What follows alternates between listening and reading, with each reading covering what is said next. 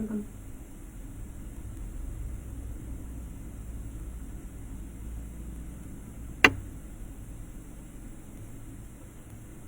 Listo, Vir, ya estamos transmitiendo, así que cuando gustes podemos arrancar.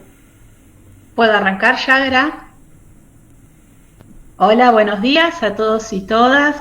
Bienvenidos al tercer encuentro de conversatorio organizado por la Dirección de Psicología Comunitaria y Pedagogía Social, por la inspectora, la licenciada Susana Aguirre Ponce, y por el equipo focal de la ciudad de Berisso. Hoy me es muy grato presentar nuevamente, porque ya en otras oportunidades y en otro contexto totalmente diferente a este, nos acompañó en la ciudad de Berisso a Andrea Veraz, quien hoy nos disertará en esta tarde sobre los 14 años de ESI, una mirada interpelativa sobre nuevos desafíos de su actualización. Además, Andrea es profesora en literatura, es estudiante avanzada de la carrera de psicología, es estudiante de la especialización en educación en género y sexualidad de la Facultad de Humanidades, es diplomada en ESI y es coordinadora, además de un montón de otras cuestiones, y es coordinadora del libro ¿Dónde está mi ESI? Un derecho de las y los estudiantes, Noveduc 2020. Hola Andrea, muy buenas tardes, ¿cómo estás? Bienvenida nuevamente, un placer tenerte y escucharte y compartir un nuevo encuentro con vos. Adelante Andrea, te paso la palabra. Hola, buenas tardes. Bueno, gracias por la presentación tan abultada. Buenas tardes a todos y a todas. Y sí, bueno, nuevamente la convocatoria que me pareció... Bueno, siempre que hay convocatorias de este estilo me parecen interesantes en función de poder pensar, esto de los 14 años de la Ley de Educación Sexual Integral. Bueno, qué se ha hecho, qué queda en el tintero y qué resta poder pensar para poder abrir otros caminos y de qué forma interpretamos la educación sexual integral y cómo todos los actores de la comunidad educativa pueden participar también en el trabajo con la educación sexual integral. Y bueno, y desde dónde vienen las demandas, ¿no? Las demandas tanto de los jóvenes, de los y las jóvenes, de estudiantes de secundario, que son los que, bueno, los que pueden tomar la posta en términos de que quizás se expresan con más libertad, pero que también hay demandas a otros niveles, que son no solamente secundarios, sino también a nivel primario o a nivel inicial, por parte de inquietudes de las familias, por parte de inquietudes de los docentes y de todos los que formamos el cuerpo docente y la planta funcional de un establecimiento educativo. Y así también, en este último tiempo, se ha empezado a ver cierta demanda de estudiantes de institutos terciarios que estudian, ¿no? Para ser profesores, para ser docentes, para ejercer la docencia el día de mañana, y también de estudiantes a nivel universitario, que plantean, bueno, desde dónde la universidad puede aportar algo, ¿no? Que no sea lo que quizás estamos acostumbrados a que la universidad aporte, que es ese saber científico, escrito, teórico, y que después deja una brecha muy, muy grande entre ese saber academicista y la práctica en el cotidiano, en el llano, en las escuelas, por parte de los que trabajamos dentro de las escuelas, ¿no? Me parece que es interesante también pensar esa demanda, qué es lo que se demanda, ¿no? Porque no todos los actores institucionales, los que formamos parte de una comunidad educativa, demandamos lo mismo. Hay diversos intereses, pero sí que se está viendo en este último tiempo un movimiento muy, muy grande, muy interesante por parte de estos jóvenes de grupos de estudiantes secundarios que toman la posta, ¿no? Desde los centros de estudiantes, también desde sus organizaciones con representatividad y con voz dentro de los establecimientos. ¿En qué lugar nosotros le hacemos a la demanda?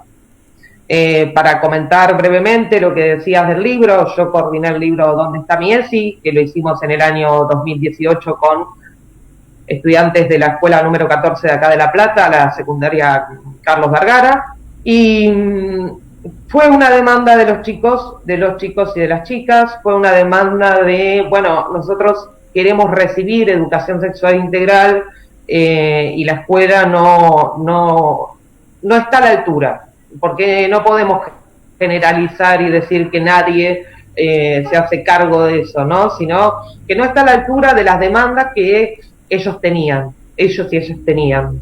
Y acá, digo, me parece importante que hoy, digo, a 2 años de haber hecho el libro, ¿no? A 2 años de haber estado en ese proceso, reflexionamos todo el tiempo con estos mismos chicos sobre el por qué la demanda era recibir, y hoy en día ya no es recibir, sino poder construir con otros. En ese momento se planteaba eso, ¿no? Bueno, los docentes no nos dan educación sexual integral y nosotros no recibimos educación sexual integral, como si fuera un contenido más de alguna asignatura, de alguna, digo, que esté relacionado más con algún área curricular, y como si fuera un saber que el docente tiene y que va a transmitir a la escuela en función de, bueno, yo doy este saber y lo reciben los alumnos. Me parece que con estos mismos chicos, ¿no? En todo el proceso, porque, bueno, en el 2018 todo el año trabajamos en un libro, en el 2019 el libro salió publicado de manera digital y este año lo publica Noveduc en formato papel.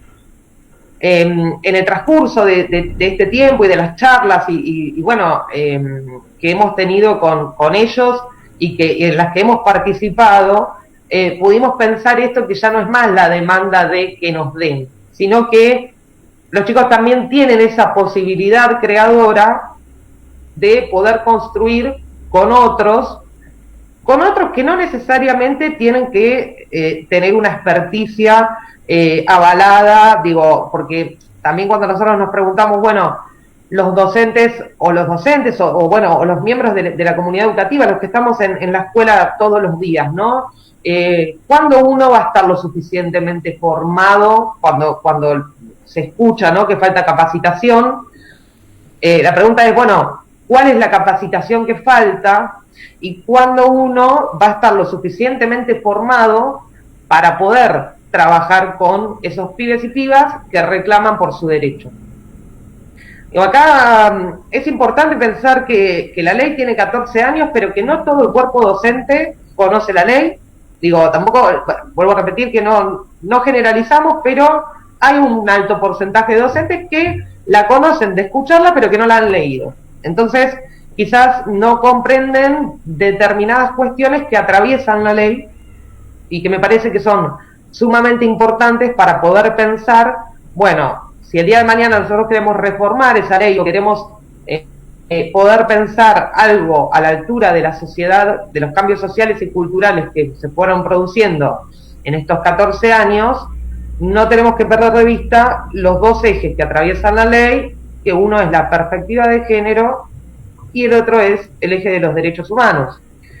El eje de los derechos humanos me parece que es bien claro en términos de que la ESI es un derecho que tienen, es un derecho que tenemos todos, ¿no? Todos en poder pensarnos desde otro lugar, no solamente los alumnos que están en la escuela, de poder decir, bueno, yo quiero que trabajemos con la ESI porque es mi derecho.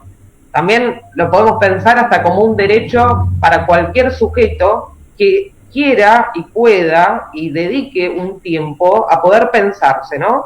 A poder pensarse como sujeto por fuera del ámbito laboral, pero también a poder pensar cuál es su posicionamiento subjetivo dentro de ese ámbito laboral, compartiendo con otros que no son iguales que yo. Digo, para también involucrarnos en esto de que no es un saber acabado la ESI, que no la vamos a recibir en ningún lado como saber acabado, por más que tengamos muchas diplomaturas, especializaciones y demás, sino que tenemos que poder empezar a pensarla como algo que en el transcurso del tiempo se puede ir construyendo y repensando todo el tiempo, ¿no? O sea, todo el tiempo repensándonos nosotros con otros. Eso por un lado. Y por el otro, el tema de poder pensar la perspectiva de género y diferenciarla de lo que se suele confundir o se usa como sinónimo, que suelen ponerla como sinónimo de feminismo, ¿no? Perspectiva de género igual a feminismo, cuando estamos hablando de otras cosas totalmente distintas, que no es sin el feminismo. Digo, la perspectiva de género no se puede pensar sin los movimientos feministas históricos que se vienen dando desde hace un montón y en todo el mundo. Pero con eso se pudo construir una categoría de medición cualitativa para poder pensar cuáles son las diferencias entre los diversos géneros. En su momento era entre las mujeres y los hombres, y hoy en día, digo, sabemos que la diversidad de género abarca otras muchas opciones dentro del abanico de lo que es la diversidad. Entonces, digo, poder pensar en clave de perspectiva de género nos permite que después, cuando nosotros queremos trabajar con los chicos y con la ESI en el aula, en el patio, en el recreo, en la hora libre, en donde puede, porque no es solamente las 4 paredes y cerramos la puerta y es lo que se produce adentro del aula, pero que cuando después queramos trabajar con los chicos, cuando uno tiene, digo, cambia esa posición a poder pensar todo en perspectiva de género, hace que la ESI sea mucho más fluida. Lo que se ve quizás en algunos casos es que a veces a ver, en primer lugar, nosotros necesitamos claramente los docentes para poder trabajar con la ESI dentro de las escuelas, necesitamos un acompañamiento institucional, un acompañamiento de un cuerpo, un equipo directivo que pueda, que avale y que tenga en cuenta que no es un capricho o una elección personal, sino que así como la ley de educación y así como hay un montón de ordenanzas y un montón de cosas que hay que seguir, porque están así, también la ley de educación sexual integral forma parte de ese corpus. Pero la diferencia, porque nosotros podemos pensar en, no sé, en esto que ahora en la virtualidad para calificar, ¿no? Y para evaluar, y estamos con esto de los contenidos primordiales, y está un poco en suspenso, entre paréntesis, puesto el tema de la acreditación y promoción de los alumnos. Hay cosas que se pueden, poner en suspenso o que se pueden pensar de otras formas, pero la ESI, no es algo que se pueda poner en suspenso. Y no es algo que se pueda poner en suspenso o que se pueda decir, bueno, lo dejamos para la semana de la ESI, por una cuestión de que nosotros somos sujetos sexuados. Y al ser sujetos sexuados estamos atravesados todo el tiempo por la educación sexual integral. Y no solamente adentro de la escuela. Ni adentro de la escuela, ni el día que a mí se me ocurrió dar, no sé, un cuento y trabajar con perspectiva de género. Sino que, y digo un cuento que yo soy profesora de literatura, pero acá, entra cualquier disciplina, hay... hay ejemplos de sobra de otras áreas curriculares, ¿no? Pero poder pensar que, que hay una transversalidad que propone la ley, que esa parte es la que más está costando, que esa parte es la que, las personas que estamos por ahí militando, entre comillas, la ESI, ¿no? O por ahí hablando para que otros, para poder pensar con otros, intentamos que se comprenda, cuál es la función o para qué nos sirve que la ESI sea transversal. Hay una semana de la ESI, ahí salen todas las escuelas, para todas las escuelas es obligatorio, entonces ahí empezamos todos a correr, ¿no? Porque algo hay que hacer, así como está la maratón de lectura, así como está la feria de ciencias, pero con una diferencia. Yo siempre pienso en la feria de ciencias, que me parece que es algo sumamente valioso, pero en la feria de ciencias lo que se muestra es todo lo que se trabajó durante todo el año. Cuando nosotros hacemos la semana de la ESI, nosotros, porque me incluyo dentro del cuerpo docente, yo detesto la semana de la ESI, pero me incluyo, cuando nosotros hacemos la semana de la ESI, no mostramos todo lo que trabajamos con la educación sexual integral o todo lo que pensamos en el transcurso del año, sino que nos abocamos a hacer intervenciones, y además intervenciones pensadas también desde que tiene que aparecer un profesional o tenemos que invitar a alguien que sepa de sin poder pensar, bueno, ¿qué es lo que nosotros pretendemos de esa semana en última instancia? ¿Con qué nos quedamos de esa semana? ¿Qué se puede construir en esa semana? ¿No? Digo, ¿qué se puede construir en términos de, a ver, todos sabemos que hay contenidos que están explícitos, que tienen que ver con los contenidos que se fueron diseñando para cada nivel en función de la educación sexual integral.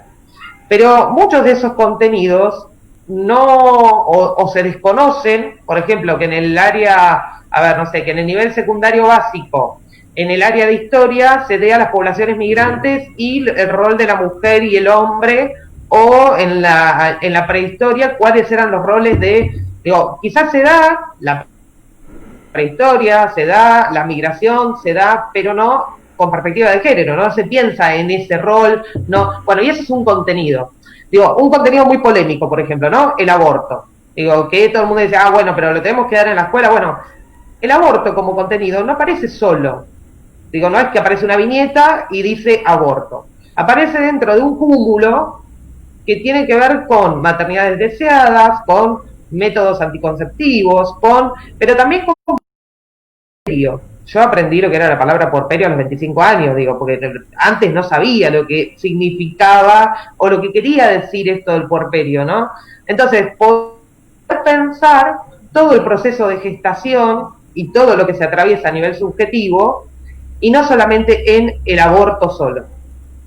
Porque ahí es cuando después empiezan, bueno, hay contenidos que están como sacados de contexto cuando se lo saca de todo lo que lo rodea.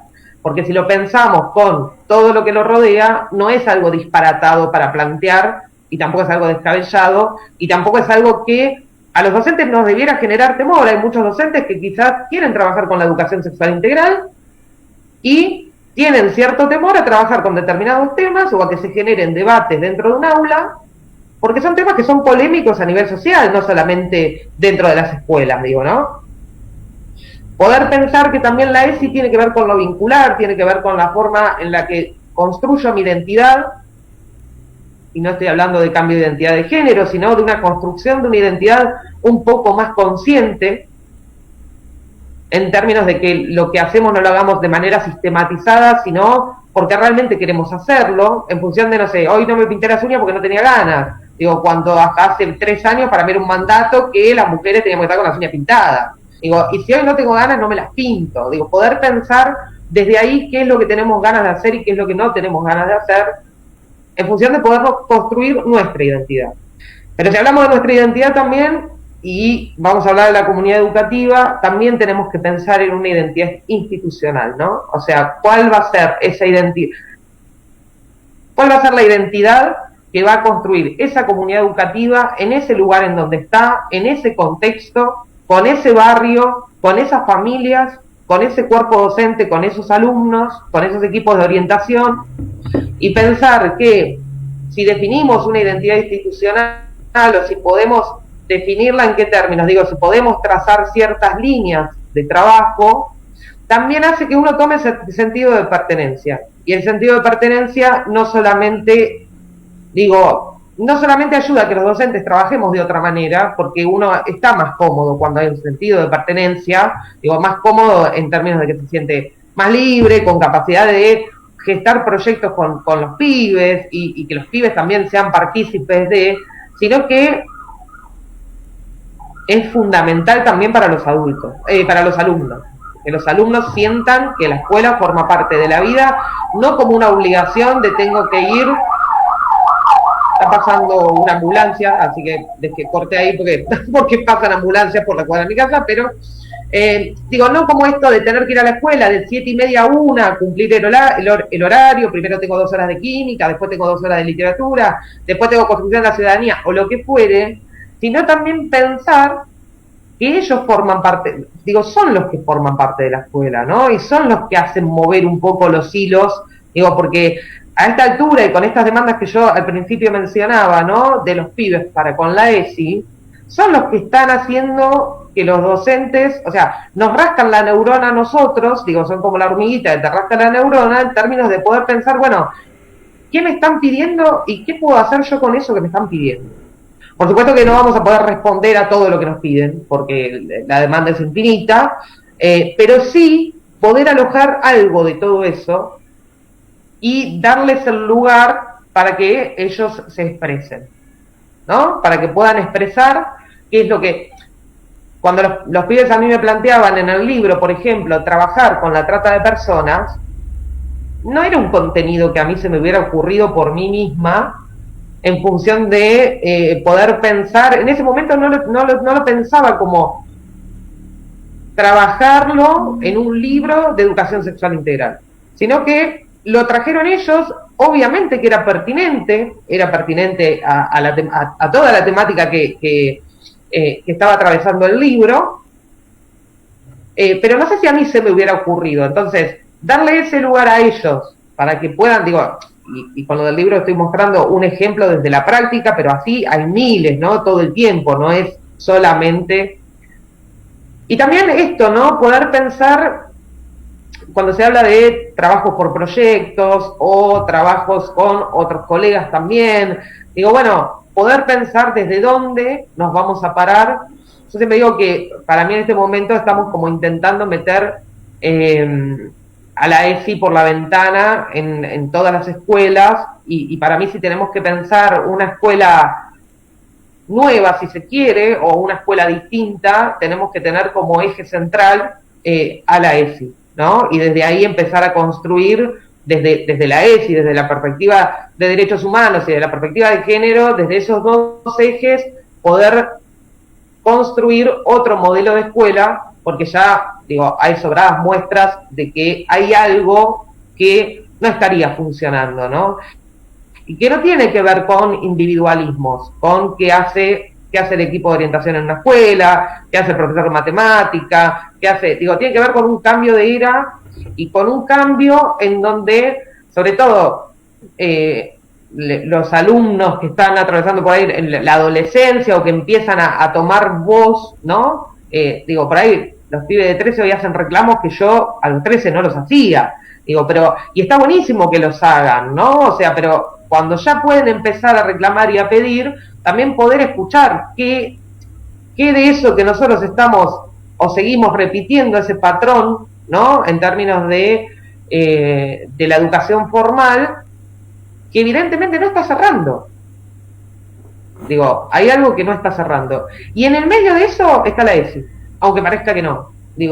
Porque la ESI subyace a cualquier cosa que nosotros podamos pensar en la escuela. Y subyace a cualquier intervención que podamos pensar en la escuela. Así fuera una intervención del equipo directivo, porque también hay una puesta en juego, ¿no? De ciertos roles de poder y de ciertos lugares que ocupamos algunos y que ocupan otros. Entonces, desde el llamado de un directivo a un alumno para que vaya a dirección, para decirle X cosa, hasta una intervención del equipo de orientación llamando a una familia para trabajar X tema, hasta un conflicto entre un docente y un alumno, hasta los mismos conflictos entre colegas, que sabemos que existen, entramos a la sala de profesores y parece que dormimos todos en una canasta, ¿no? O sea, o nos ponen un palo y nos enroscamos todos, porque, uno suele ver ahí o escuchar, determinadas cuestiones que también generan conflictos entre los docentes adultos. Y eso también forma parte de la ESI. No es solamente lo que yo hago con el chico adentro del aula. No es solamente si yo llevé un cuento de Juan Solá, o si llevé el Martín Fierro, o si llevé la novela de Cabezón Cámara, Las aventuras de la China Iron. No es solamente eso. Es con eso, pero también es con todo lo otro. Con todo lo otro que acompaña y que nos va a permitir claramente poder pensar de otras formas hasta las intervenciones, ¿no? Uno dice, bueno, hacemos determinada intervención. O a mí me pasa esto a veces, ¿no? Desde mi propia práctica. A veces me pasa que con algunos cursos no sé cómo entrar en determinadas cuestiones, ¿no? Entonces, que los docentes también podamos bajar, por ejemplo, al equipo de conducción y preguntar, che, ¿a ustedes se les ocurre algo de este orden? O al equipo de orientación y poder pensar con el equipo de orientación algo pero no que el equipo de orientación aparezca en la semana de la ESI, porque lo mandó el equipo de conducción, lo mandó el directivo, y dijeron, che, pónganse las pilas, hagan algo en esta semanita. Y entonces, cuando hay que sacar algo de la galera, lo mejor que hacemos es llamar a algún ginecólogo, ginecóloga, sexólogo, sexóloga, para que venga a hablar de lo que venimos hablando desde que la escuela es escuela. Digo, porque el aparato reproductor femenino, el masculino, los genitales, todo eso se viene hablando en biología históricamente. Por supuesto que cada uno con los intereses, yo recuerdo, lo tengo como muy grabado, me parece que me traumó demasiado, pero yo hice toda la secundaria, toda primaria y toda secundaria en escuela católica, ¿no? Y cuando estaba más o menos en tercero de GB o primero de polimodal, porque bueno, yo fui de la camada del polimodal y así quedé, fui de la camada del polimodal, habían invitado a un sexólogo a que nos diera una charla, ¿no? Entonces, el buen hombre, muy reconocido, no voy a decir el apellido, pero muy reconocido en la ciudad de La Plata y en alrededores, pero el buen hombre había venido con todos los métodos anticonceptivos, con todos. Y a nosotros nos habían juntado varios cursos en la sala de audiovisuales, o lo que es el Zoom, ¿no? O sea, entonces escuchábamos, y a nosotros nos llamaba la atención porque había llevado preservativos y los pasábamos de mano en mano y los podíamos tocar, los podíamos ver, había llevado un DIU, que nosotros, si uno escucha que es un DIU, pero habíamos visto los alambrecitos de cobre, bueno, un diafragma, me acuerdo, un montón de cosas, ¿no? Entonces él iba escribiendo en el pizarrón, bueno, la pastilla anticonceptiva tiene un 99% de eficacia, todo frente para evitar la concepción. Y cerró la charla diciendo, bueno, entonces, ¿qué nos queda de todo esto? Que acá la prevención es el método natural. Claro, escuela católica, el mensaje final tenía que ser el método natural en términos de solamente se pueden mantener relaciones sexuales para la procreación. Fin, era así, ¿no? O sea, cerraba la charla así. Después de haber manifestado, bueno, ¿qué nos quedó a nosotros como alumnos en ese momento de esa charla? ¿Qué fue lo interesante? Todos nos dimos cuenta de qué lado se untaba la tostada. Sabíamos qué tanta generosidad de venir a una escuela católica, ¿no? Y venir a charlar sobre determinados temas, no era ingenuo. Y nosotros nos damos cuenta, yo tengo 34 años, estoy hablando de hace 20 años atrás, imagínense los pibes de hoy en día. Los pibes de hoy en día te cuestionan desde un titular de un diario, hasta el graph de un noticiero, hasta lo que vos decís en clase. Hasta cuando uno piensa en si hablar en lenguaje inclusivo o no hablar en lenguaje inclusivo, o si puede sostener el discurso durante 1 hora hablando en lenguaje inclusivo, o si no lo puede sostener. Entonces me parece que lo que tenemos que empezar a pensar es que para trabajar con la ESI, que yo intuyo que más de un colega debe trabajar con la ESI sin darse cuenta, ¿no? Y debe estar todavía pensando o buscando, ¿y yo qué puedo hacer con la ESI? Porque debe haber algo de ese orden, ¿no? Y quizás tiene un vínculo con los alumnos, en donde los alumnos le cuentan cosas o en donde en sus clases se puede debatir sobre determinados temas, y eso también forma parte de la ESI.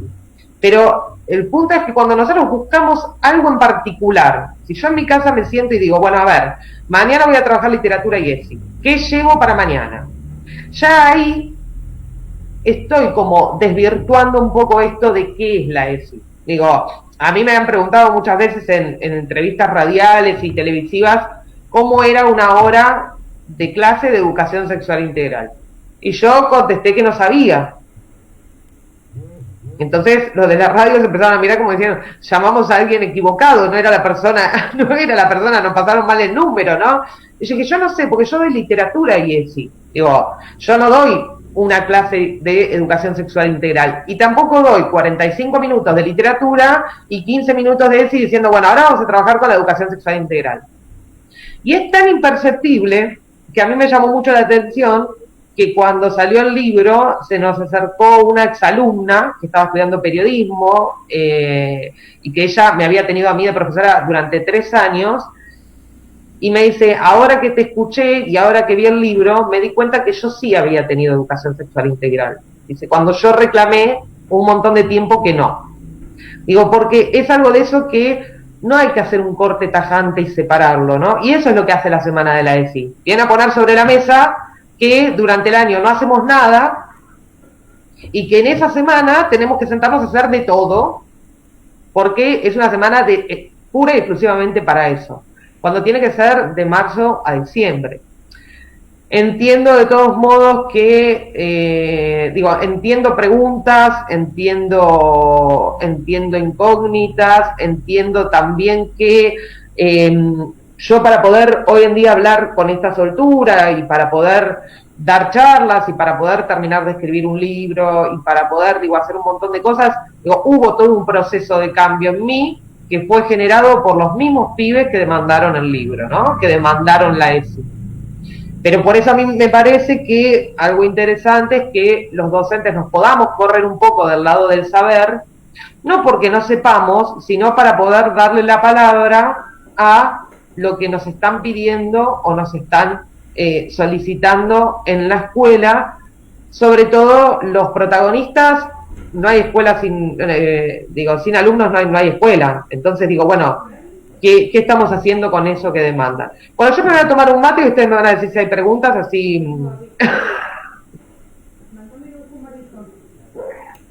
Bueno, mientras te tomas el mate, Andrea, sí. Te voy comentando algunos de los comentarios. Hay más comentarios que preguntas. Dale. Y aparecen, por ejemplo, algunas cuestiones vinculadas al miedo y la vergüenza de los propios adultos, de los docentes, como limitantes para justamente la implementación de la ESI. También hay comentarios que incluyen al miedo y a la vergüenza algunos mitos que también obturarían la posibilidad de implementación y desarrollo de la ESI. Hay comentarios que plantean la importancia y necesidad del trabajo con los adultos en relación al tema. Básicamente, los comentarios tienen que ver con esto. Yo también te seguía y me quedé un poco con dos cuestiones, ¿no? Que podrían transformarse en una pregunta para vos. A ver, vos de alguna manera proponés correrse del saber y hacer lugar a las demandas, ¿no? Pero ¿pensaste si habría, digamos, una forma de promover esto en el marco de las dinámicas institucionales, tal como vos misma las estás analizando, con los conflictos, con las tensiones, con los obstáculos que en la propia dinámica institucional aparecen? No sé si se entendió la pregunta. No entendí la parte de, o sea, vos decís, si nos corremos nosotros del lugar del saber, ¿quién queda en esa tensión? O sea, en esa disputa de a quién le toca. ¿O qué hacemos? O sea, ¿cómo podemos construir a partir de ese corrimiento? Ahí voy. ¿Sí? ¿Pensaste en maneras? Digo sobre todo porque trajiste varias veces el tema de lo institucional, ¿no es cierto? De las dinámicas institucionales y al principio... Bien, perfecto. En primer lugar, el temor y la vergüenza claramente siempre están presentes. El temor es algo que... ¿Pero por qué? Porque hay cierta parte de la sociedad que se resiste a esto a esta ley que se llama educación sexual integral, ¿no? Si la ley fuera llamada o se hubiera llamado educación empática integral, nadie estaría haciendo tanto escombro, pero como aparece la palabra sexual ahí, genera algo del orden del pudor, de todas las cosas que tenemos los adultos, sobre todo muy naturalizado, ¿no? Como que ya nos construimos, por eso yo hoy decía que hay que hacer una revisión hasta de la propia identidad, hasta de nuestra propia identidad. Yo me acuerdo que cuando estábamos haciendo el libro, en la entrevista con Kimei en un momento me preguntó, bueno, ¿y vos por qué sos mujer? Y yo llamé a mi mamá que me fuera a buscar, o sea, que me quería ir a mi casa, digo, porque es una pregunta que no me la había hecho nunca. Y de repente, y es una pregunta que hasta el día de hoy no le encuentro respuesta, y en buena hora que no le encuentro respuesta, porque tampoco quiero encontrársela. Pero el tema es cómo hacemos para convivir con esa pregunta todo el tiempo en la cabeza. Digo, generalmente nosotros necesitamos más certezas que preguntas, ¿no? O sea, y cuando quedan preguntas rondando ahí, es como que uno necesita solucionarlas, porque además son preguntas que tienen que ver con algo del orden de lo existencial y hasta producen determinada angustia. Entonces, cuando yo hoy decía que la educación sexual integral es una construcción con otros, digo, a veces los pibes traen temáticas y no saben por qué cosas atravesamos nosotros los docentes.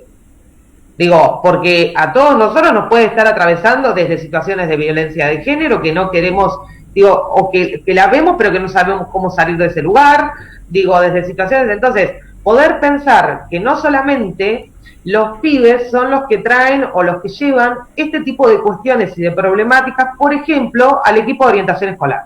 Vamos a suponer que yo digo, si los docentes estamos atravesando, cualquier docente está atravesando una situación de violencia de género, ¿se acerca al equipo de orientación escolar a pedir una mano, una orientación? ¿Qué puedo hacer con mi vida? Digo, el equipo de orientación escolar no debería también poder trabajar, digo, en términos del diálogo, si un docente está como haciendo agua por todos lados, porque si no parece como que el equipo de orientación escolar interviene cuando pasa algo con los chicos. Y cuando pasa algo del orden de la urgencia y la emergencia, algo que hay que resolver ahí, ¿no? O sea, las corridas. Que igual, a ver, todos sabemos las situaciones que atraviesan hoy las instituciones. Son 500 pibes, 700 pibes, 300 docentes y un equipo de orientación, 2 personas que se turnan 3 días a la mañana, 3 días por semana van a la mañana, 2 días van a la tarde, y que no pueden hacer malabares, digo, ¿no? Porque hay una realidad también que excede a lo que es la infraestructura y a lo que es también esta dinámica institucional, que no tiene que ver con nombres propios, con decir, bueno, fulano y mengano de tal equipo de orientación no hacen nada, sino con poder pensar no sé si otro rol, pero sino poder pensar por qué siempre el equipo de orientación escolar trabaja ante la emergencia. Y ante la emergencia hay que ojo, es totalmente loable porque hay que hacerlo, alguien tiene que accionar en ese momento. Pero mientras tanto, ¿se podría haber evitado algo de todo eso que surge? ¿O que surge como emergente? Claramente que en algunas cosas sí, en otras no somos Superman, no podemos adivinar o predecir qué es lo que va a suceder con un montón de cuestiones, pero sí podemos empezar a pensar desde el proyecto institucional, si se quiere, en cuál va a ser el rol del equipo de orientación. Y en cuál va a ser la articulación que vamos a tener los docentes con el equipo de orientación, que no sea ir y decir, Pepito hace 4 semanas que no hace nada. O hace 4 semanas que llega tarde o se me duerme en clase, por ahí tiene algún problema. Entonces ahí el equipo tiene que llamar a Pepito y preguntarle, ¿vos dormís bien de noche? Entonces, y de repente Pepito cuenta que a la noche sale a trabajar con el padre y que pobre, digo, y tiene una realidad que desconocemos. Digo, eso es lo que solemos hacer los docentes cuando nos acercamos al equipo de orientación. ¿Nos podemos acercar para otras cosas también?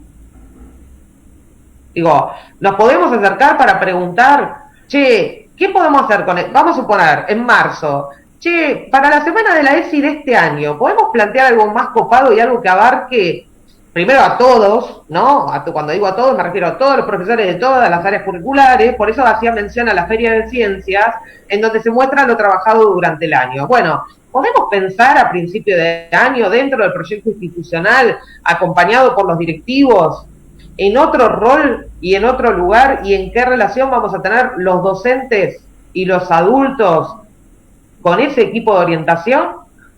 ¿O solamente le vamos a ir a golpear la puerta cada vez que tengamos un problema con algún pibe? Porque esa es la otra realidad, digo, la realidad del cotidiano. Está bien, también, a ver, también somos docentes taxi, nos vamos de una escuela a la otra, a veces no coincidimos los horarios porque estamos a contraturno, pero puede ser que hayan dejado un correo electrónico, se puede pasar un papel, una nota por abajo de la puerta del equipo de orientación, dejando también los datos de contacto de uno para poder armar, digo, ¿se puede articular el centro de estudiantes con el equipo de orientación? Pueden ir los presidentes, coordinadores de los centros de estudiantes a plantear una demanda al equipo de orientación y decir, nosotros tenemos esta inquietud, tenemos estos compañeros, nos plantearon estos problemas, queremos ayudar y no sabemos cómo. Y poder armar, a mí me parece que no solamente acá, y acá no es solamente la educación sexual integral, sino que tiene que ver con el trabajo escolar, me parece que tenemos que empezar a pensar en armar redes mucho más amplias de las que tenemos que empezar a pensar en otros tipos de comunicación, que eso ha estado muy en boga este último tiempo por efecto pandemia, ¿no? O sea, estamos todos en la virtualidad y nos hemos hecho de otras formas de comunicación que espero que cuando volvamos a la presencialidad no se derrumben, porque ni todo es virtualidad, pero tampoco todo es presencialidad, porque si yo no me cruzo nunca por nadie del equipo de orientación, no voy a saber ni en qué están pensando, ni qué están trabajando, ni qué propuestas tienen. Digo, si yo no me cruzo nunca con colegas de otras disciplinas que trabajen en el mismo curso, ¿cómo voy a poder pensar en un proyecto integrador para ese curso en particular, con todas las áreas curriculares, para trabajar o para abordar la educación sexual integral? ¿No? O sea, hay algo del orden de la comunicación institucional que ya venía fallando y que quedó en evidencia con esto de la virtualidad. Que de repente aparecen las reuniones de departamento y aparece la directora o el director.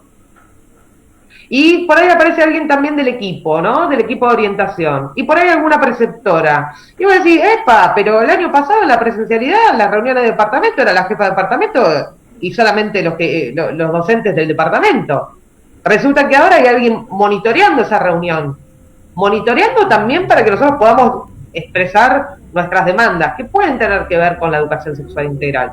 Ahora, volviendo a los miedos y a los temores, es claro que se necesita un acompañamiento desde el equipo de conducción, digo, si nosotros no podemos, a ver, hace 14 años que se sancionó la ley, y si hoy en día estamos hablando de eso, es porque ya quedó demostrado que no podemos ir con la ley en la mano y entrar a las patadas diciendo que hay una ley que es obligatoria porque no hemos conseguido demasiado, ¿no?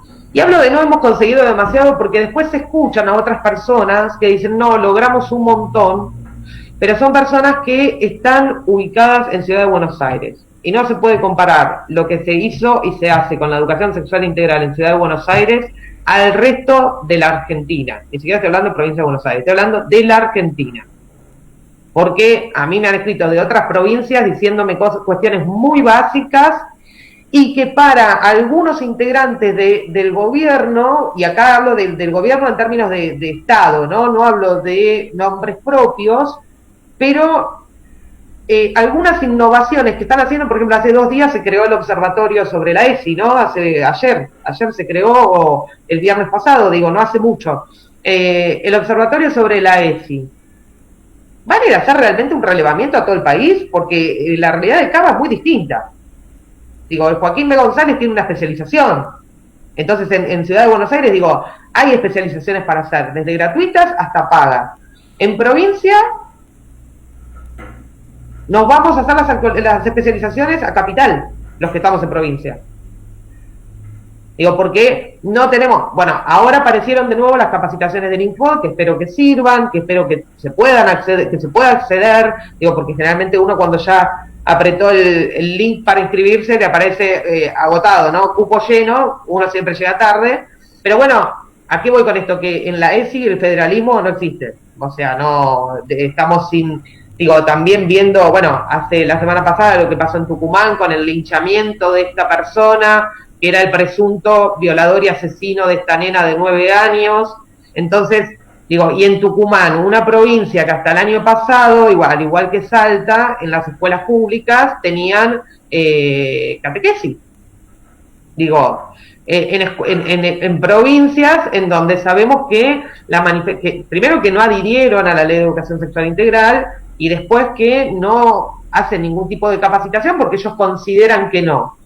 Ahora, independientemente, porque lo que acá más resuena cuando hablamos de la ESI, en ese caso en particular, es la violación y el asesinato de una nena de 9 años. Pero no se piensa ese linchamiento dentro del marco de la ESI.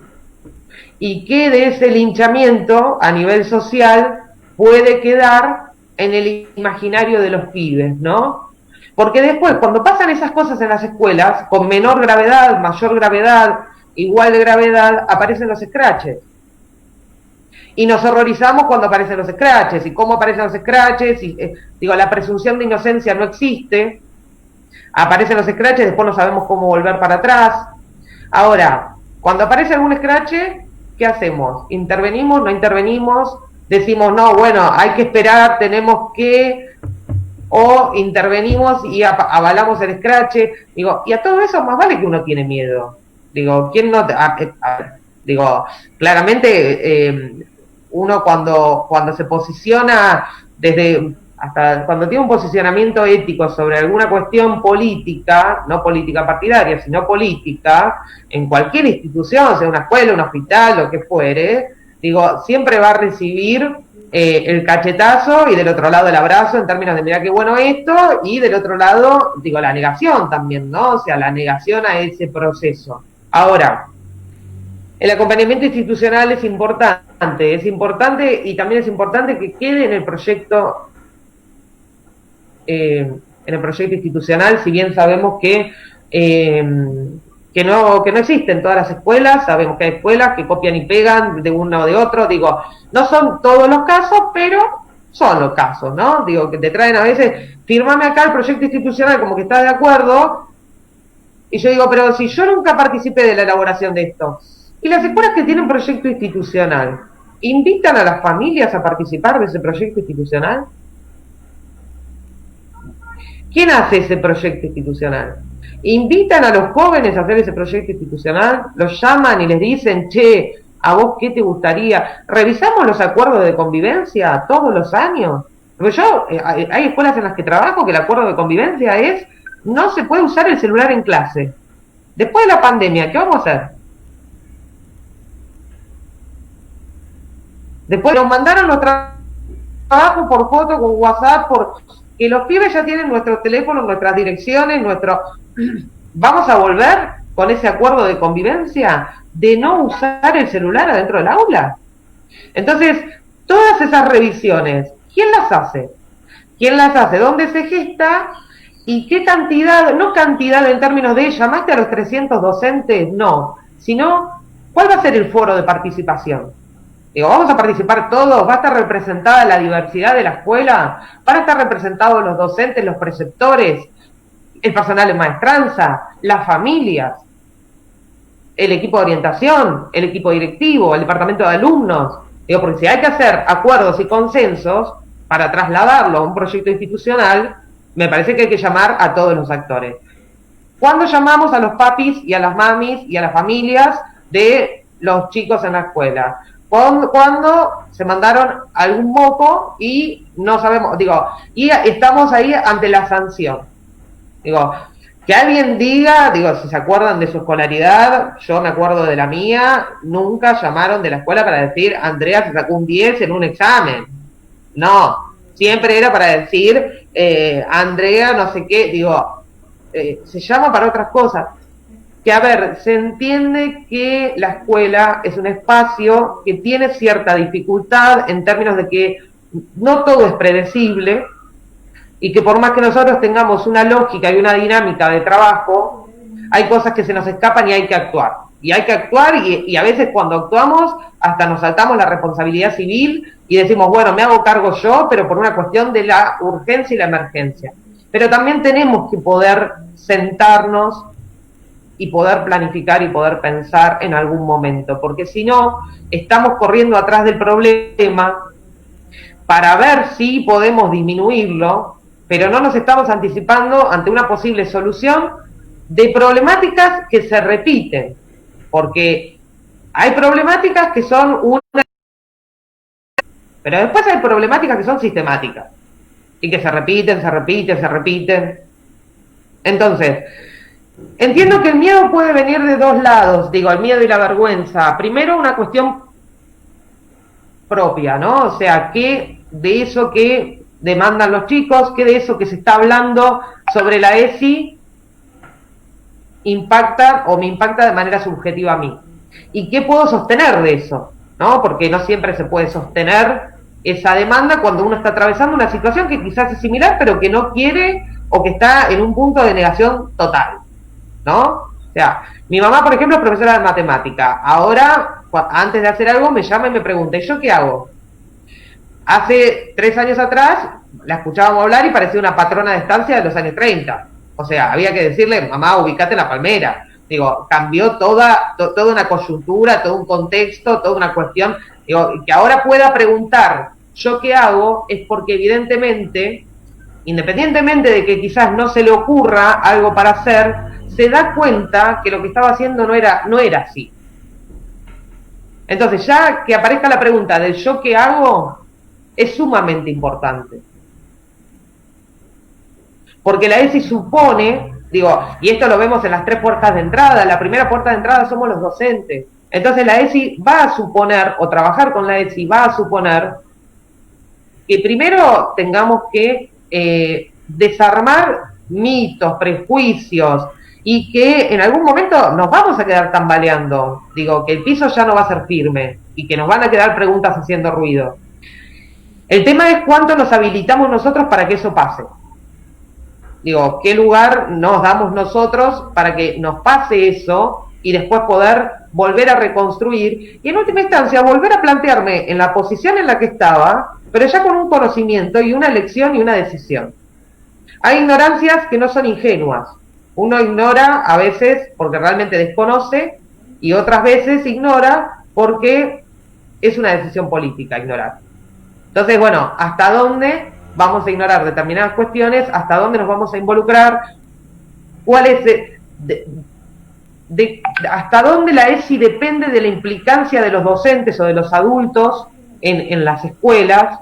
Y por otro lado tenemos el otro temor que tiene que ver con el marco legal. Con el marco legal y con el movimiento social que se está dando por fuera de la escuela. Que tiene que ver con esto de con mis hijos no te metas, digo, con esta cuestión de un posicionamiento también a nivel social de desconocimiento puro de la educación sexual integral en algunos casos, porque no todas las familias, o sea, muchas familias se escudan bajo ese lema, pero no todas las familias lo hacen con, con la política partidaria implícita, ¿no? Hay personas que lo hacen desde el yo prefiero en casa explicarles yo, pero porque no tienen ni idea de qué hacemos con los pibes. Me acuerdo cuando fue el debate del aborto, o años previos, o ese mismo año, el 2018, que circulaban por esos audios de WhatsApp en los grupos de mamis y papis del jardín y demás, diciendo que bueno, que la ESI era mostrarle videos pornográficos, hacer cambio de vestimenta y cambio de roles, enseñar a los pibes a masturbarse, digo, cuestiones que, pero delirios, ¿no? Porque uno lo escucha y va a decir, pero ni de casualidad hago eso en la escuela. Si yo cuento cómo trabajo el Martín Fierro en la escuela con perspectiva de género y con la ESI, ningún padre se va a negar, ningún padre y ninguna madre va a decir, no, me niego rotundamente. Es más, van a decir, eso era la ESI, ¿no? O sea, cuando mi madre me preguntaba, bueno, ¿yo qué hago? Yo le dije primero, no digas que sos mi mamá, y segundo, digo, hasta en el enunciado de matemáticas, digo, poder cambiar el enunciado y que no sea siempre Pedro el que va a comprar clavos a la ferretería, que las mujeres no vamos a la ferretería. Es más, las mujeres somos más de esa del coso, del cosito, y el ferretero no se entiende. Entonces digo, nosotros no vamos a la ferretería. O esto de María va a comprar tafeta para hacer 50 polleras, siempre María, además siempre el nombre María, ¿no? No, nunca un Juliana, no sé, Soledad, siempre el nombre María como hasta de empleada doméstica, ¿no? Le ponen el nombre. Bueno, va María y compra. Entonces digo, desde el discurso poder cambiarlo. Ninguna familia se va a oponer a eso. O sea, ninguna familia se va a oponer a un enunciado cambiado de matemática, a una forma de hacer comprender e interpretar a los alumnos. Bueno, ¿qué hay por debajo de Martín Fierro? ¿Qué hay por debajo de la relación entre Martín Fierro y la China? ¿Qué hay por debajo de, en ese momento histórico, social, político, económico, de los gauchos y las mujeres? Y de los gauchos y otras personas también. Porque no es solamente, digo, los gauchos en Martín Fierro cuentan lo mal que los trataban a ellos, ¿no? Pero también muestran cómo ellos trataban a los negros. Entonces ahí el gaucho es víctima o victimario. O en Martín Fierro se dan esas dos cosas. Y ahí estamos pensando ya en una relación de una diversidad, grupo de gauchos, con otro grupo diverso que no es igual y que también era estigmatizado por los gauchos, porque si no queda como, el Martín Fierro siempre queda pobrecito los gauchos, mirá lo que le hicieron padecer a Martín Fierro. Sí, pero también hay otras cosas de trasfondo. Y eso también se trabaja, y eso también es educación sexual integral, porque tiene que ver con lo vincular, con cómo me relaciono con los otros. Ahora, dentro del marco legal tenemos una ley, sí. ¿Podemos caer con la ley golpeando puertas? No, ya sabemos que ese mecanismo no ha dado mayores resultados que los que hemos obtenido este último tiempo. Sí tenemos que saber que hay un marco legal mucho más amplio, y que abarca los derechos de las niñas, niños y adolescentes, y que abarca la Convención de los Derechos del Niño. Digo que hay un antes y un después de la Convención.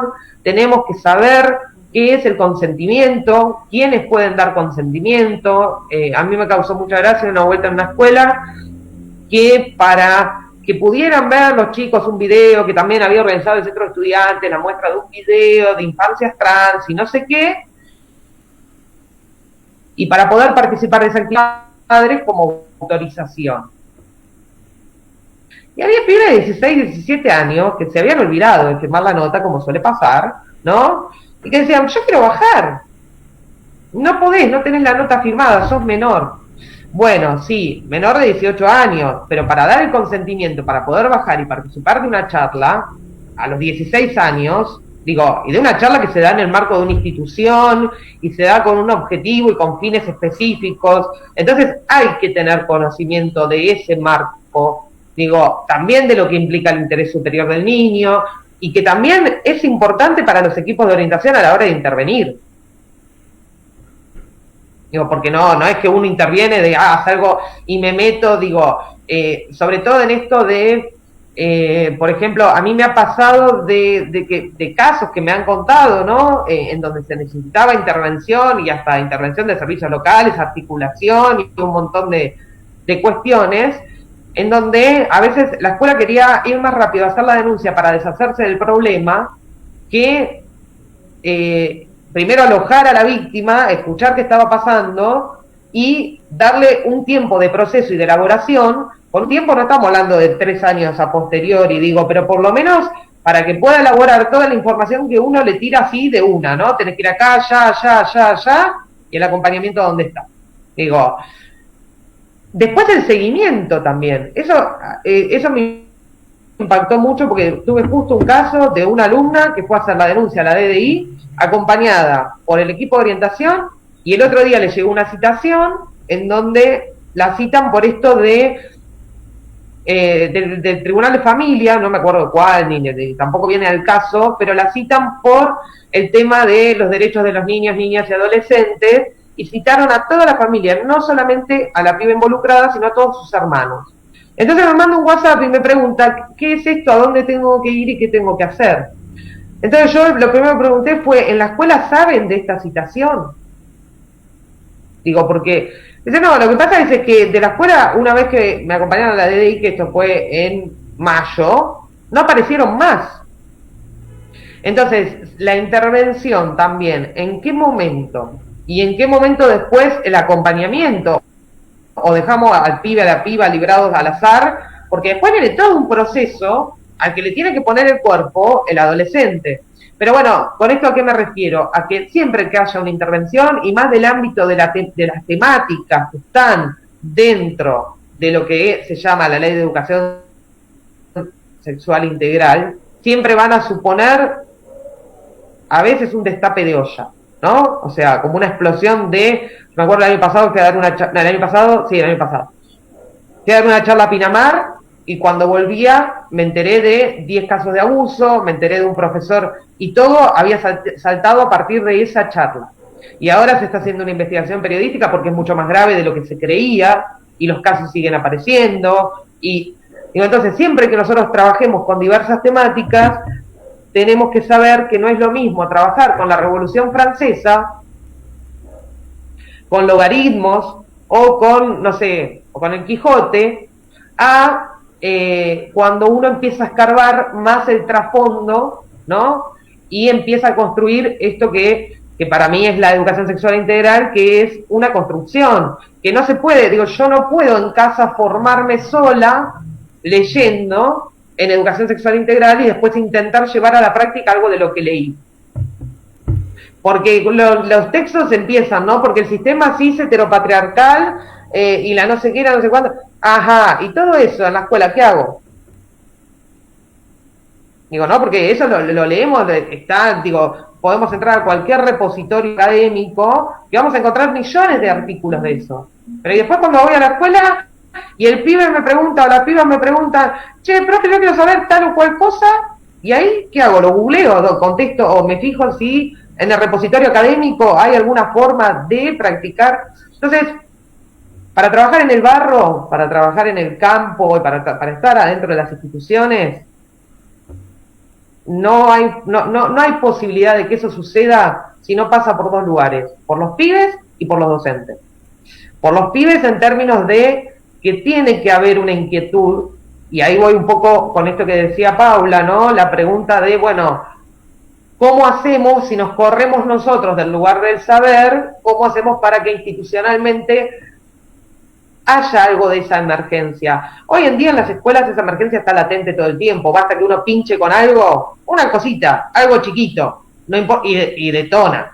El tema es que, bueno, hay que estar preparado después, no para darle respuesta a todas las preguntas, porque está bueno que queden preguntas boyando, que queden preguntas sin resolver, y además para que sepamos que una respuesta que podemos dar hoy, mañana va a ser otra, y eso no implica que el discurso de uno haya cambiado o que la mirada que tenía hacia eso haya cambiado, sino que implica un proceso de construcción y de reconstrucción continuo. Pero sí que tengamos, digo, hay que tener como cierta avidez para poder pinchar, para que algo de eso empiece a salir, ¿no? Y se empiece a gestar y se empiece a hablar. Que a veces puede ser articulando alguna actividad, algún centro de estudiantes. ¿Por qué me remito al centro de estudiantes? Porque para mí sin los pibes no se puede hacer nada en la escuela.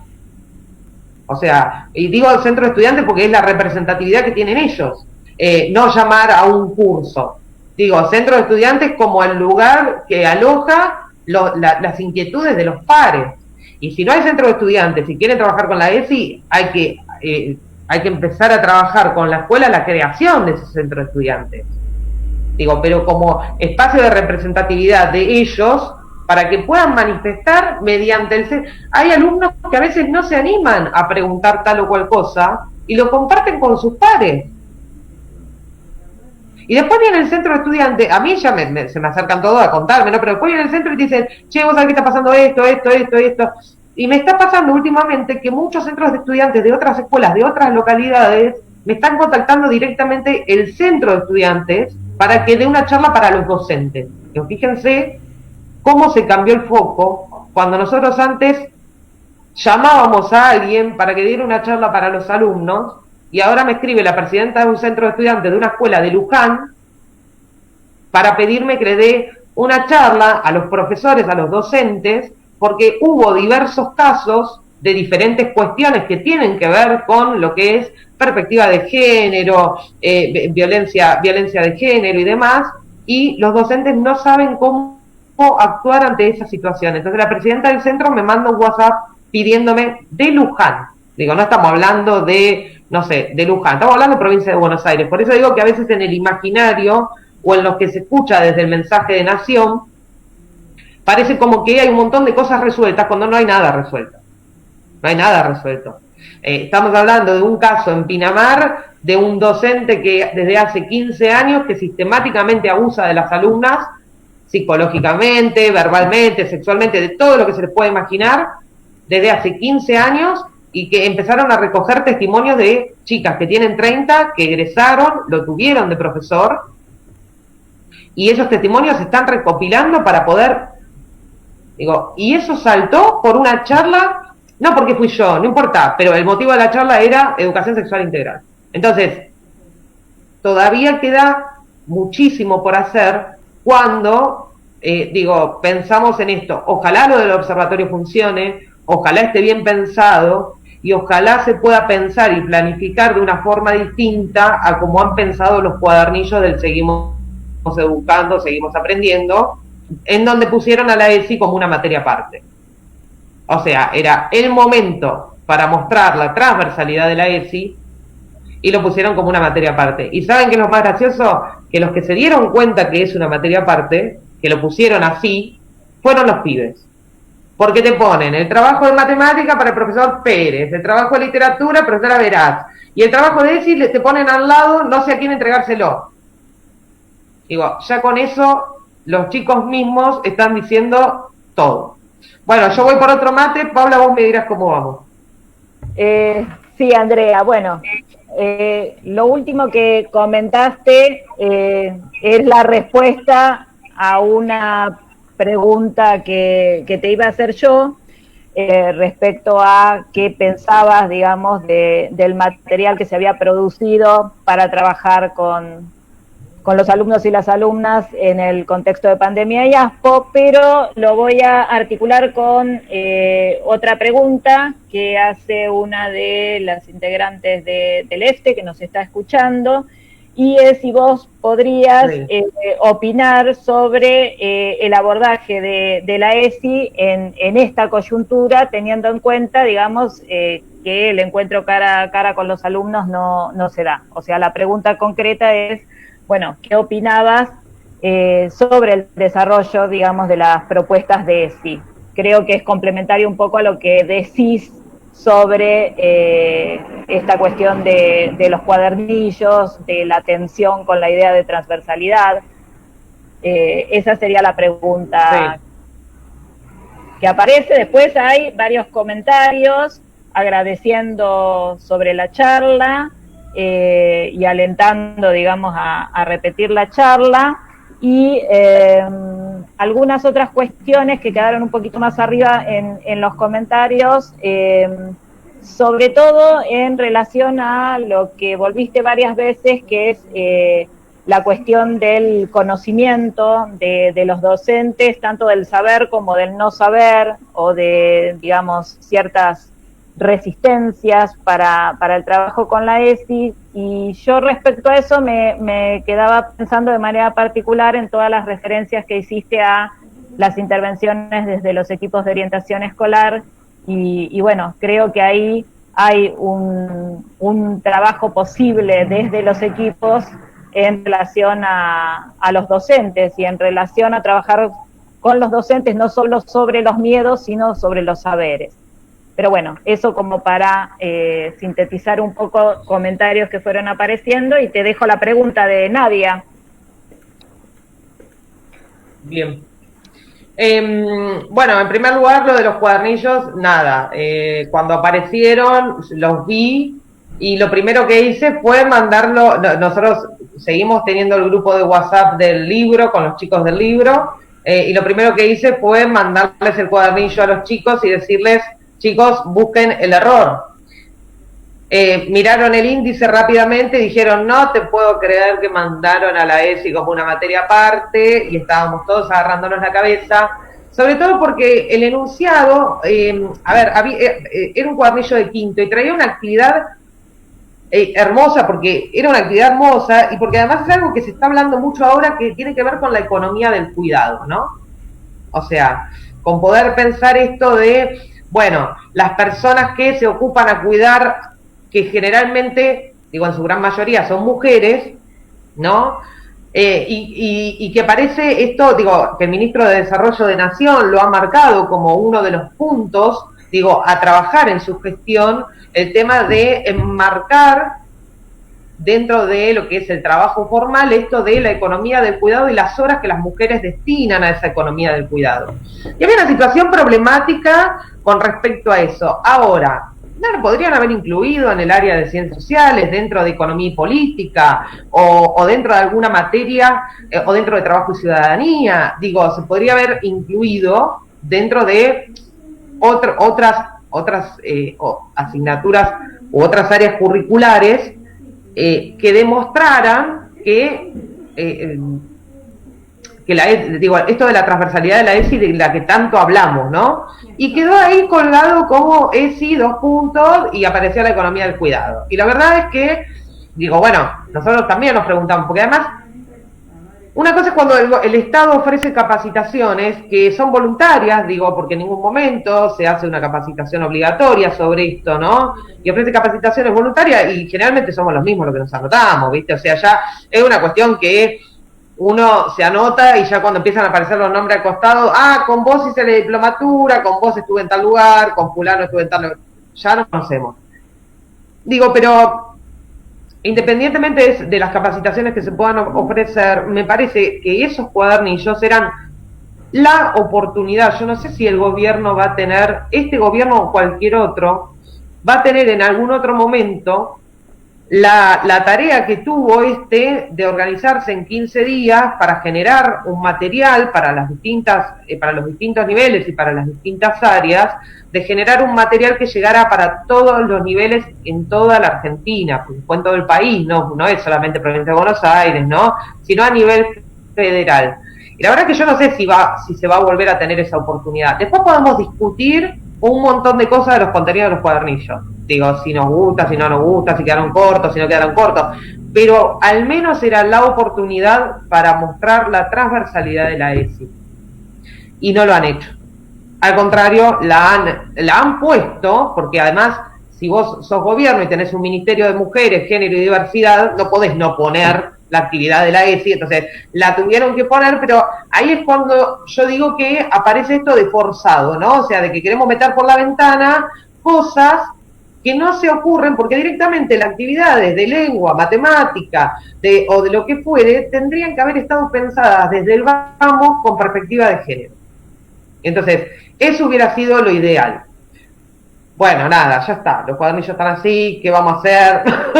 Yo me puedo seguir quejando y demás, y puedo seguir diciendo que eran la oportunidad y que ojalá, la verdad que, ojalá se tenga otra oportunidad similar, no en un contexto pandémico, porque la verdad que el contexto no es el más fortuito ni nada por el estilo, pero ojalá se tuviera otra oportunidad de que a nivel federal se hicieran llegar, porque si no después aparecen este material de ESI que yo les digo la verdad es sumamente aburrido, hasta para mí es aburrido, ¿no? El material que se propuso en su momento, el que propuso el programa, tiene la letra muy chiquita, es todo texto, uno lo lee y no sabe qué está leyendo. Entonces, ¿de dónde, cómo le mostramos o cómo? Porque si no, una vuelta fui a dar una charla de humanidades y me salta del fondo una profesora de física, me pregunta, ¿y yo cómo hago? Doy física. Entonces yo me puse a pensar y rápidamente digo, bueno, puedes trabajar con esto, con esto, con esto, con esto.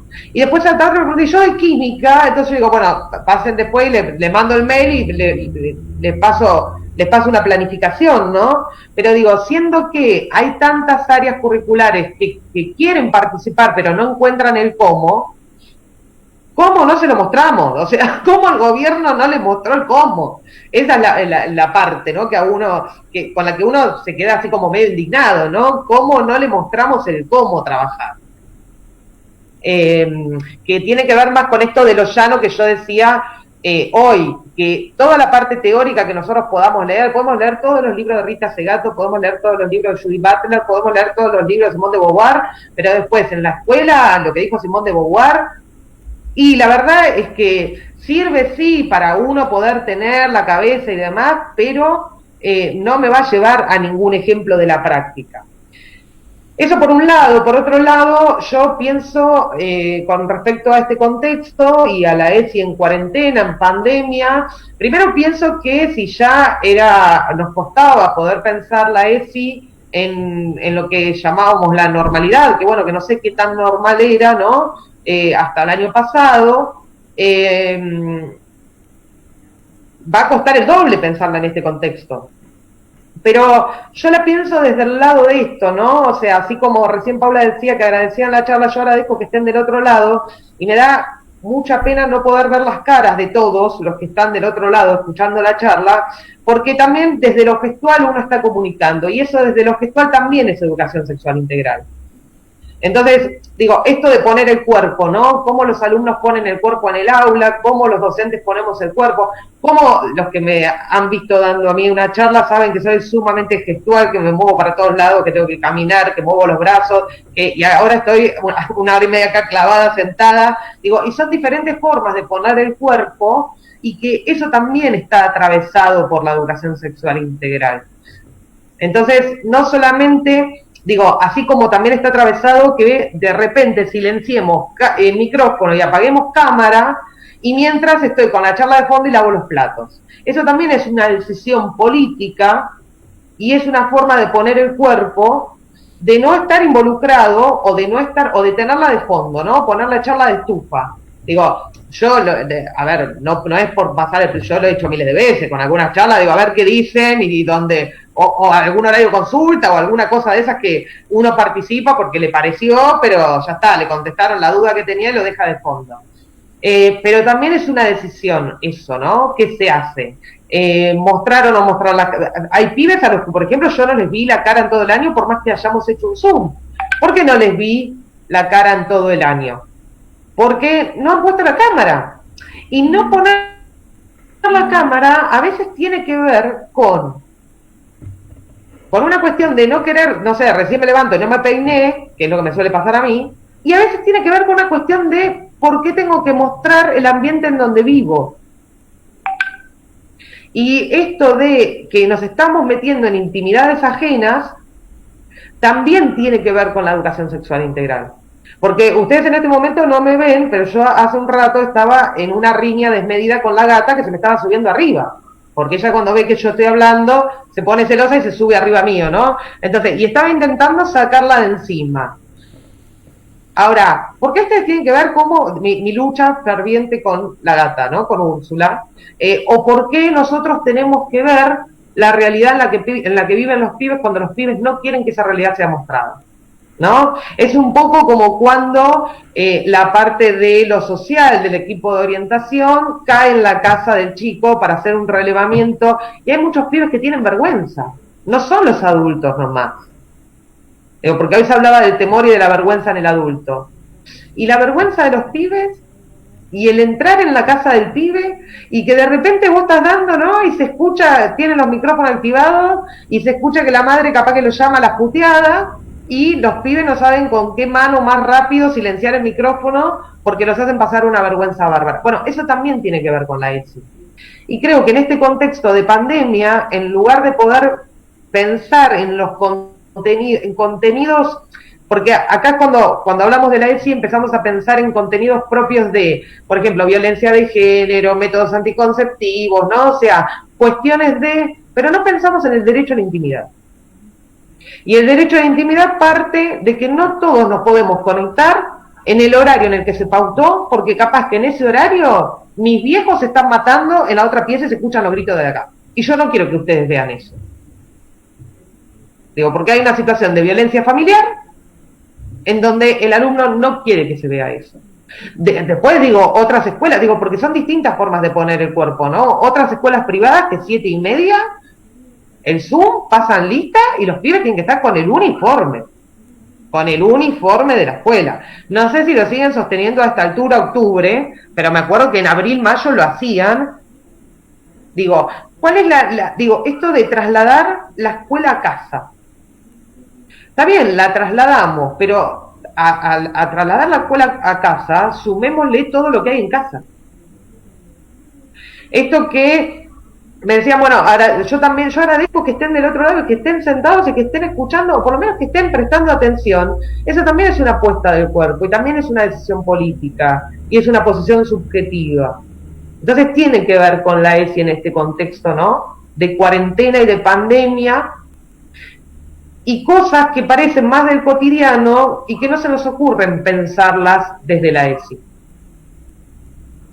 Y claramente me parece que también existe un ideal, un imaginario, de que para trabajar con la educación sexual integral, un imaginario, hablo del colectivo docente, digo, de los que trabajamos de la comunidad educativa, ¿no? Pero la comunidad educativa, y bueno, y hasta las familias también, ¿no? De que para trabajar con determinada temática vos tenés que ser un experto en esa temática. Por supuesto que hay que tener conocimiento o algo de del orden de, pero también hay que tener otras cosas, porque uno puede tener un montón de conocimiento, pero si no aloja la demanda de los pibes, si no escucha qué es lo que está pasando, si estamos en el equipo de orientación y no alojamos la problemática que tal o cual docente trae,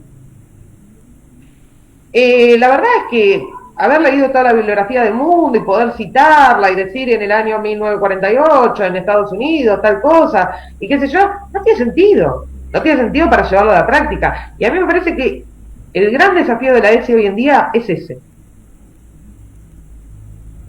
Es poder romper, poder sacar, a ver, en el afán de querer hacer de todo un conjunto, de toda una lucha en conjunto, una lucha que tiene que ver con los feminismos, con la perspectiva de género, con la legalización del aborto, que van como de la mano, en la lucha en conjunto metieron también la educación sexual integral, lo cual no me parece mal, pero sí me parece mal cuando se la aborda solamente desde lo teórico.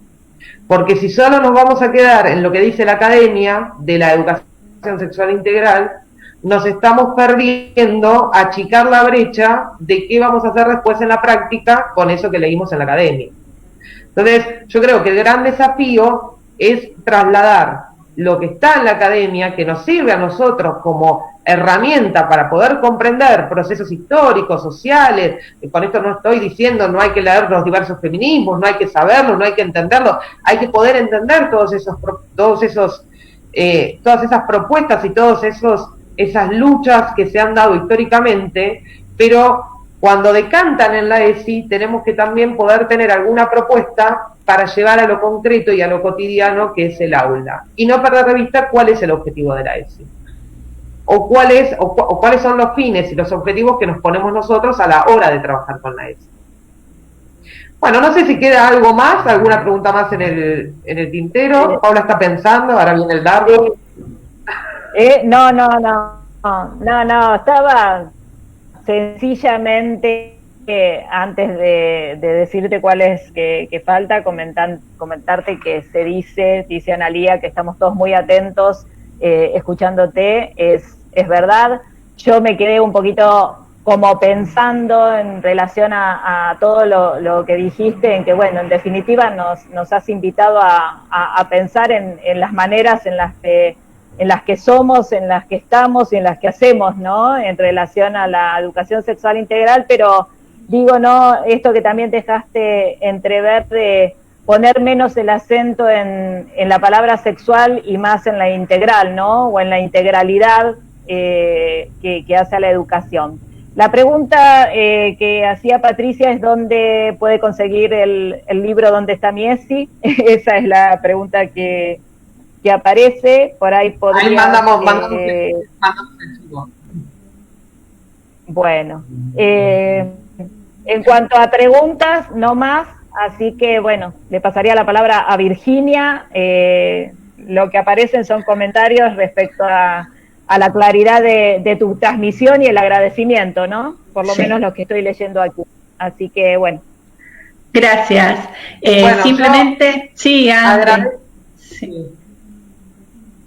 Agradezco realmente que estén escuchando atentos, y esto, una pena realmente no poder vernos todos, todas, todes, porque es lo rico de esto también, ¿no? Y bueno, y que esto del tiempo de las preguntas, pero es lo que nos permite este momento, que es otra forma de construcción.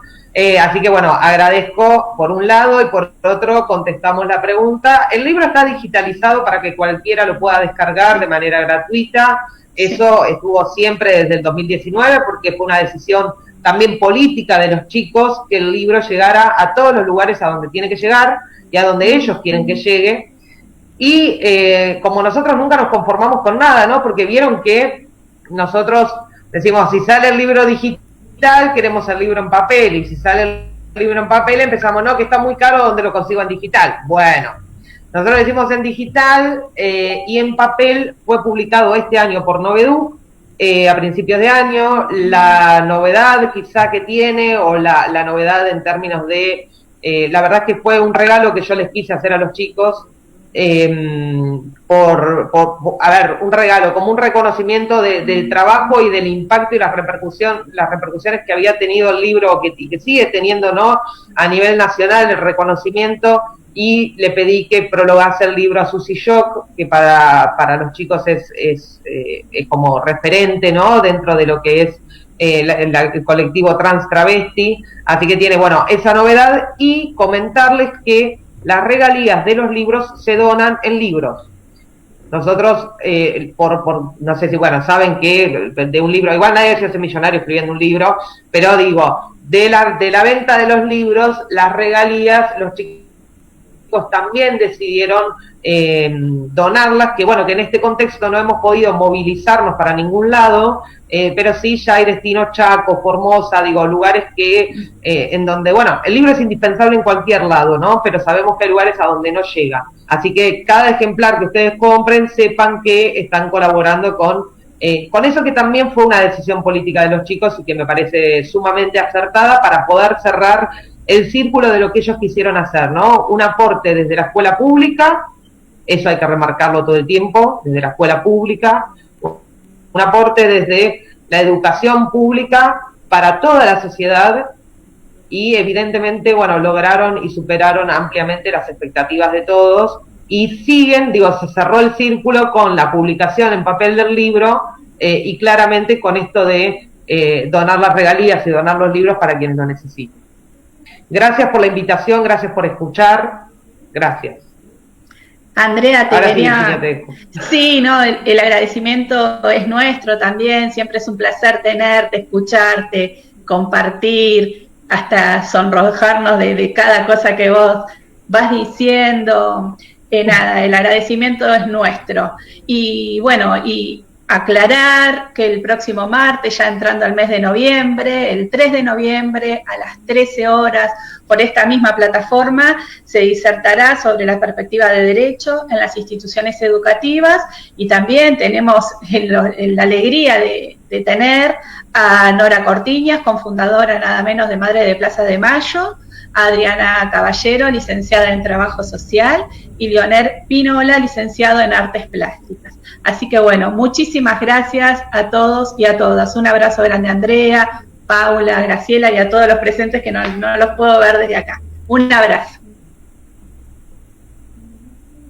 Gracias, hasta luego.